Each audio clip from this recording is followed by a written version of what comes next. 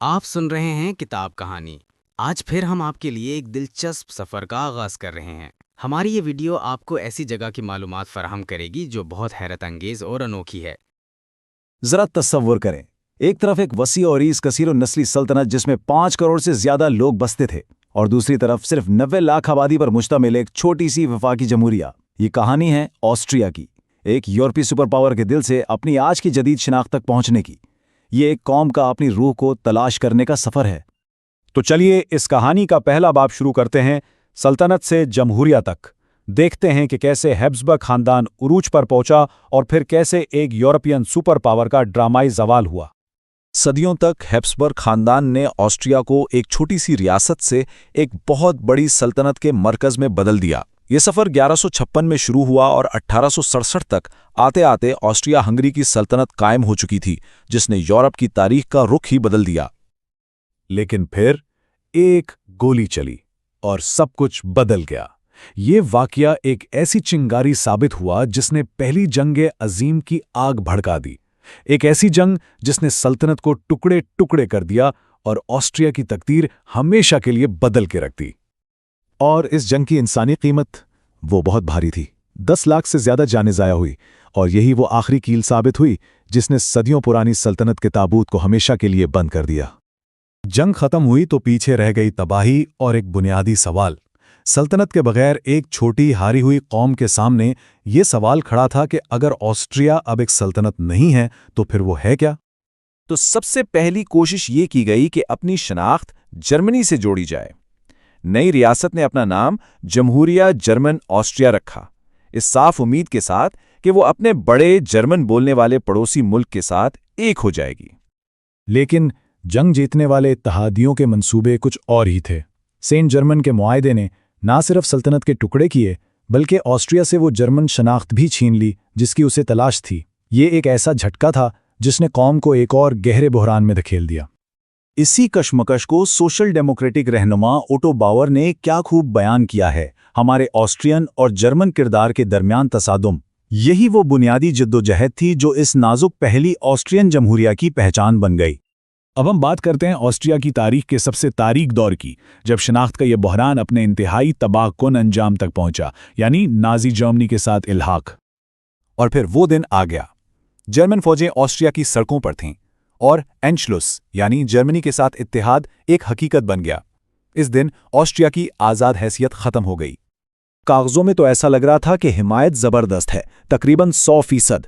نازیوں نے اسی نتیجے کو دنیا کے سامنے اپنے اقدام کو جائز قرار دینے کے لیے استعمال کیا، لیکن اصل کہانی اتنی سیدھی نہیں تھی۔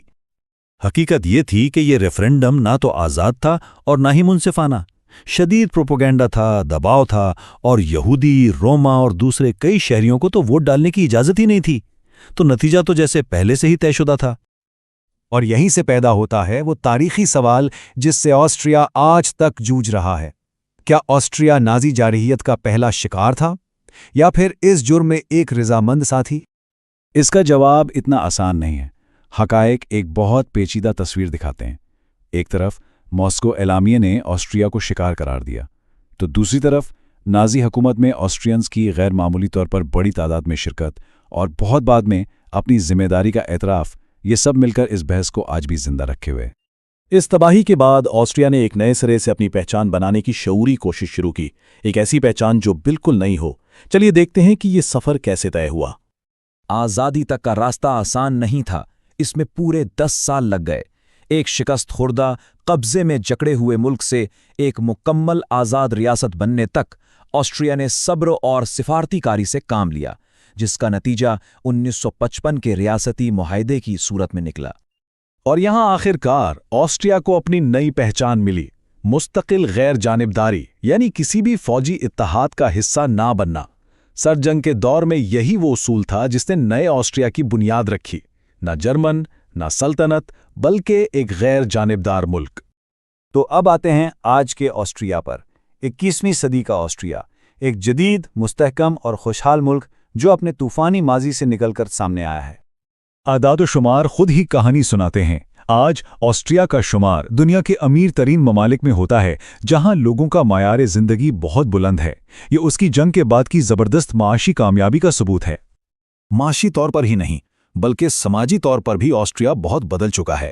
ایک وقت تھا جب یہ ملک تقریباً پوری طرح کیتھولک تھا، لیکن آج یہ ایک متنوع معاشرہ ہے جہاں کئی مذہب کے لوگ رہتے ہیں، جو اس کی بدلتی ہوئی حقیقت کی عکاسی کرتا ہے۔